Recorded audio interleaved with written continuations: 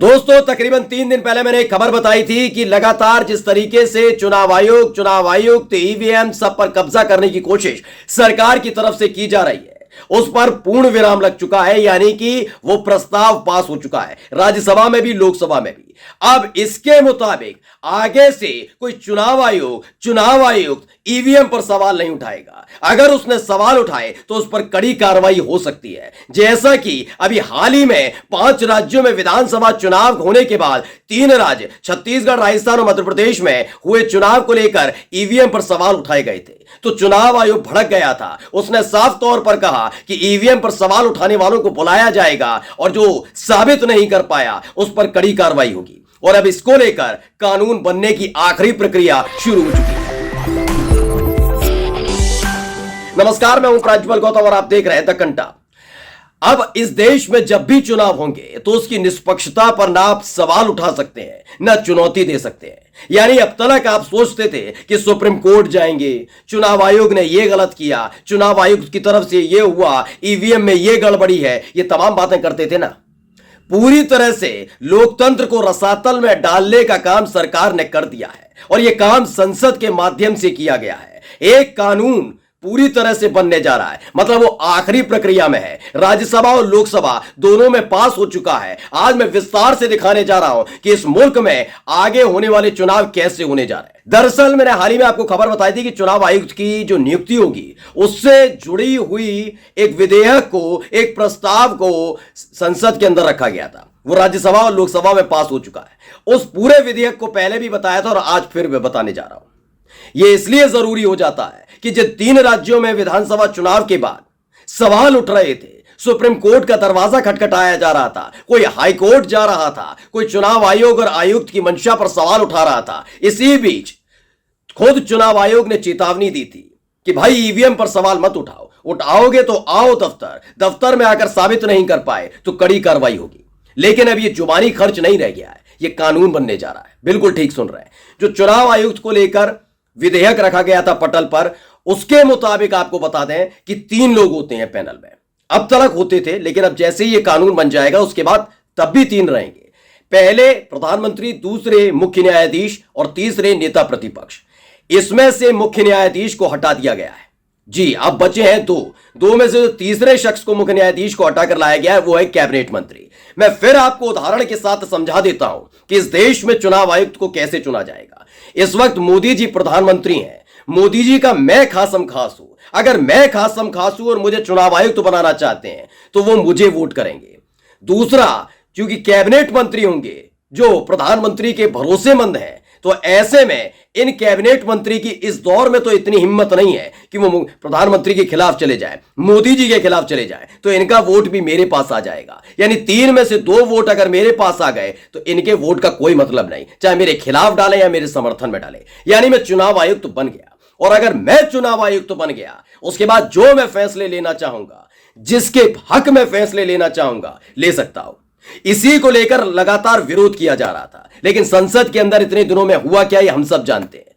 तकरीबन 150 सांसदों को बाहर निकलवा कर फेंकवा दिया कि वो हंगामा कर रहे हैं। गंभीर मुद्दों पर अगर वो हंगामा कर रहे हैं, चर्चा करना चाहते हैं, सरकार से सहमत नहीं है, तो एक एक करके लोकसभा के स्पीकर ने और राज्यसभा के सभापति ने सभी सांसदों को बाहर भेज दिया था। वो बात अलग है कि राज्यसभा के सभापति है, इस देश के मौजूदा उपराष्ट्रपति की मिमिक्री की तो उसको अपमान में तब्दील करके एक बड़ा तमाशा खड़ा किया गया। लेकिन इसी बीच एक बड़ा खेल कर दिया। चुनाव आयुक्त अब मोदी जी तय करेंगे कौन होगा। यह सब 2024 के ठीक पहले किया जा रहा है, यानी लोकसभा चुनावों के ठीक पहले, कि आने वाले लोकसभा चुनाव में इस पूरे मामले को सुप्रीम कोर्ट के अंदर भी बिल्कुल भी चुनौती ना दी पाए। संभावी पटवर्धन है, ये लिखती है, black day in the Indian democracy. आज लोकसभा में विधेयक पारित कर सीजेआई भारत के मुख्य न्यायाधीश को चुनाव आयुक्तों की नियुक्ति करने वाली 3 सदस्यीय उच्च अधिकार समिति से हटा दिया गया। राज्यसभा पहले ही विधेयक पारित कर चुकी है। भारत के प्रजातंत्र का यह काला दिन है। और क्यों है, अब इसे विस्तार से जरा इस खबर के जरिए समझ लीजिए। दरअसल यह खुद जो आकाशवाणी है, समाचार विभाग है आकाशवाणी का, उसने छापा है और उन्होंने लिखा भी है। लोकसभा में मुख्य निर्वाचन आयुक्त और अन्य निर्वाचन आयुक्त विधेयक 2023 पारित हुआ है। इसमें बताया गया है कि कैसे ये हुआ है। क्या लिखा है कि चयन समिति में प्रधानमंत्री, केंद्रीय मंत्रिमंडल में से एक मंत्री, लोकसभा में विपक्ष का नेता या सबसे बड़े दल का नेता शामिल होगा। मैंने पहले ही कह रहा हूं, जब मोदी जी और उनके कैबिनेट मंत्री मुझे चुन लेंगे तो मैं हुआ ना चुनाव आयुक्त, मैं चुनाव आयुक्त। अब आप कहेंगे कि ऐसे कैसे भाई, चुनाव आयुक्त हो जाएंगे तो उसका मतलब थोड़ी ना है कि आप कुछ भी फैसला ले लेंगे। भाई ले सकता हूं, क्योंकि इस देश के अंदर अगर किसी फैसले से आप नाखुश हैं तो उसे सुप्रीम कोर्ट में या किसी भी अदालत में आप चुनौती दे सकते हैं ना। लेकिन अब आप नहीं दे पाएंगे। कम से कम चुनाव आयोग के किसी फैसले का विरोध नहीं कर पाएंगे। यह खबर भी आकाशवाणी ने छापी थी। अर्जुन राम मेघवाल ने साफ तौर पर कहा था कि सुप्रीम कोर्ट के बराबर का दर्जा दिया जाना है, यानी चुनाव आयुक्तों को सुरक्षा देने के लिए इन्होंने सुप्रीम कोर्ट के बराबर उनको बड़ा खड़ा कर दिया है। और इस दौरान, चुनावों के दौरान, चुनाव आयुक्त अगर कोई भी फैसला लेता है ड्यूटी के दौरान तो उसे सुप्रीम कोर्ट में या किसी भी अदालत में चुनौती नहीं दी जा सकती। यानी कोई शिकायत नहीं की जाएगी, कोई बात नहीं की जाएगी। चुनाव आयोग का फैसला आखिरी फैसला होगा। इतने दिनों से ईवीएम पर सवाल खड़ा किया जा रहा है, इसी का काट सरकार लेकर आई थी कि कोई बैलेट पेपर की बात मुंह से निकाल भी ना ले। कोई किसी भी जगह आप चीखे, सड़क पर चीखते रहिए, चिल्लाते रहिए, बताते रहिए मोदी जी ने ये कर दिया, शाह साहब ने ये कर दिया, कुछ नहीं होगा। अब आप सुप्रीम कोर्ट तो जा ही नहीं सकते। इस खबर को अमर उजाला ने भी लिखा है। और क्या लिखा है, अब पीएम की अगुवाई वाली, सुनिएगा, अब पीएम की अगुवाई वाली समिति करेगी चुनाव आयुक्तों का चयन। सीईसी और ईसी की नियुक्ति वाले विधेयक पर मुहर लग चुकी है।